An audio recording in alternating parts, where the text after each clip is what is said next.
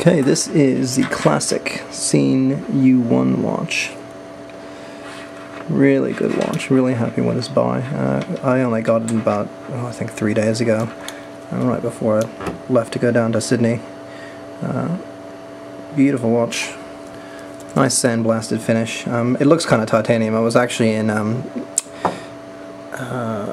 it was one of the jewelry stores next to the Omega store on George Street in Sydney, and the lady actually asked me if it was titanium, but for those of you who know the Sinn watch, it's a sandblasted steel.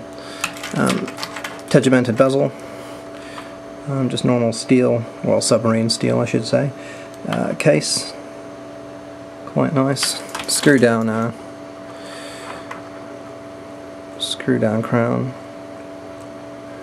So I think there's 3 positions, including the, oh sorry, 4 including the actual screwed down position, which I'm not going to muck around with right now.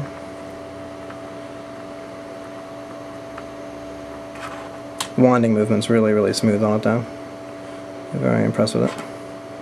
The interesting thing about the back is that, you know, nice bracelet, I guess, standard sort of deployment, but well, a couple of things. First is you can actually micro adjust it, as you can see there. The second thing is that you can obviously adjust the strap, but you do so by they give you a little Allen key for these hex lugs, which is pretty neat.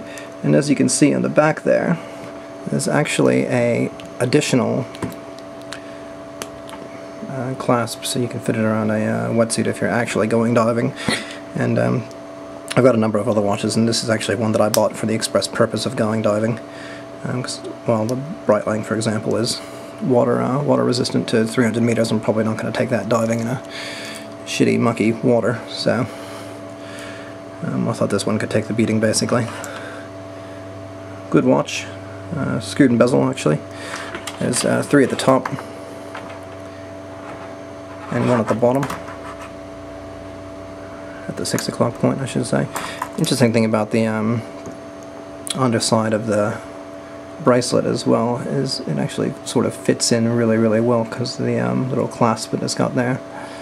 Bracelet's pretty easy to get in and off, or on and off, and I think actually the screw down back of the case would probably be pretty easy to get on and off with the right tool, which is to say one of these bad boys.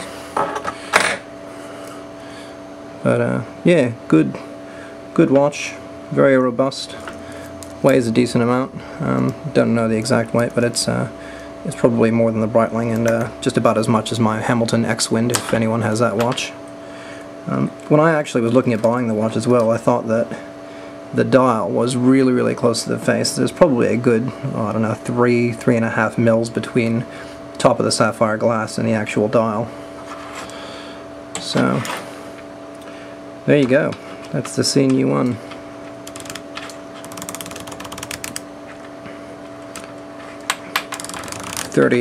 Sorry, 60 points that the bezel can actually rotate to. Obviously 5 sort of notches for every 5 minutes there.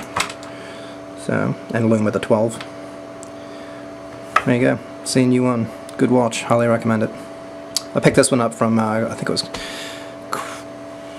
the dealer from the UK, I can't remember the name. I think it's like Chronomaster or Chronomat, out of the UK. Neil Woods was the guy's name. He, very good customer service there.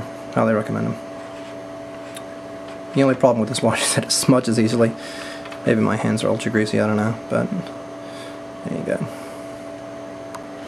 Just realized what I didn't do in that little editorial was show you what it actually looks like on the wrist.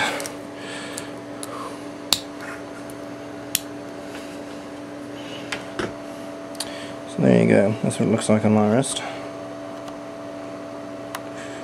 It's about as far back as she goes. There you go.